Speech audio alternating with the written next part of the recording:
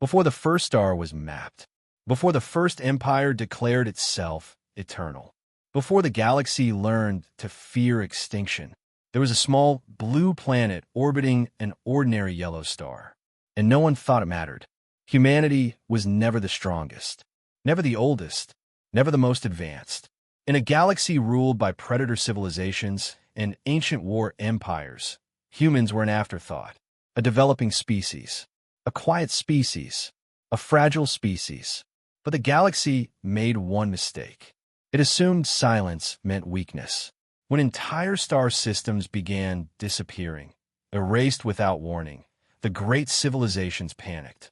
Fleets mobilized, weapons powered, alliances fractured, and in the middle of cosmic chaos, humanity did nothing. They did not threaten. They did not boast. They did not panic. They watched, because humans understood something the galaxy did not. Survival is not about being the loudest. It is not about striking first. It is not about proving dominance. Survival is about endurance, and endurance requires patience. In the outer spiral arm of the galaxy, Earth rotated quietly beneath drifting satellites and silent orbital stations. Among the interstellar civilizations of the Galactic Council, it was known by a different name, the Silent Species, not because humanity lacked power, but because humanity did not advertise it. While vast empires showcased planet-cracking weapons and fleets that eclipsed suns, humans built quietly, observed quietly, expanded quietly. Other species mistook this restraint for weakness. They were wrong. The Vor'Keth were the oldest predator race in recorded galactic history. Their civilization had evolved through endless extinction cycles. Only the ruthless survived. Only the strongest thrived. They believed evolution was driven by conquest, and they were very, very good at it. When a Vor'Keth fleet entered the RHYLL system, it took 6 hours for an entire civilization to vanish. No surrender, no survivors, no mercy. Shields collapsed under gravitational lances. Cities dissolved into plasma. Oceans boiled into steam. 3 systems fell in 2 weeks. The Galactic Council chamber filled with fear. 47 species gathered beneath holographic projections of burning stars. We must negotiate. We must relocate. We must surrender tribute. Then the human representative stood. He did not raise his voice. He did not threaten. We will stay. Silence filled the chamber. The Vor'Keth fleet had already adjusted its trajectory toward the Sol system. Earth had been analyzed. Earth had been marked. The Council sent a final private transmission. You cannot win. The human ambassador replied calmly. We are not planning to win. Days later, the Vor'Keth warships crossed into the solar system. Thousands of black spiked vessels moved in flawless formation. They expected resistance. They expected panic. Instead, their sensors began to fail. Long-range scans blurred. Communications filled with distortion. Navigation systems calculated impossible vectors. Space itself felt unstable. Then a human transmission cut through every channel. Clear, steady, calm. You believe strength is destruction. We believe strength is endurance. Around the sun, thousands of metallic objects activated. They had been dismissed as civilian energy collectors. They were not. They were mirrors, each aligned with microscopic precision, each calculated decades in advance. The sun's output was redirected, focused, compressed. A single beam of stellar fury struck the lead Vor'Keth flagship. Its shield held for 1 second. 2, 3. Then it dissolved. The beam stopped. It did not sweep the fleet. It waited. This is a warning, the human voice said. Leave. For the first time in their recorded history, the Vor'Keth retreated. The galaxy was stunned. At the emergency council session, one question dominated. You possessed this weapon. Why hide it? The human ambassador folded his hands. Power displayed too early becomes a target. Power restrained becomes a shield. But the mirrors were not the true weapon. The true weapon was preparation.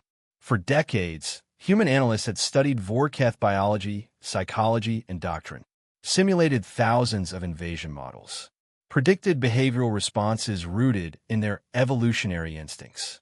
Humans had not reacted. They had anticipated. They did not defeat the Vor'Keth. They understood them. And understanding is more dangerous than firepower. 8 years passed. A fragile peace formed. Trade cautiously resumed. Scientific exchanges began. Old enemies studied each other instead of destroying each other. Then something impossible happened. A distress signal originated deep within Vor'Keth territory. But the Vor'Keth never sent distress signals. Human long-range arrays confirmed it. Star systems were going dark. Not destroyed. Not shattered. Empty. Stars remained. Planets remained. But all biological life gone. No debris fields. No radiation signatures. No fleet remnants. Just silence. Then Earth received a transmission. It bypassed encryption. Bypassed firewalls. Appeared on every major network simultaneously. We have observed your species. You adapt. We test. No coordinates. No identifiable source. The sender identified itself as the silence. The Vor'Keth were evaluated. They failed. A pause. You will demonstrate your worth. 30 cycles.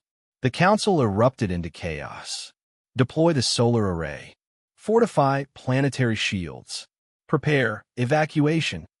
Human leadership made a different choice.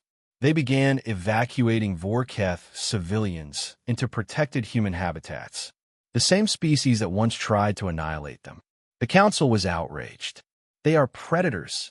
A human scientist responded quietly. So were we. Day 29. Space at the edge of the solar system distorted. No ships appeared. No visible constructs. Reality itself folded. Defense grids meant nothing. Solar mirrors were useless.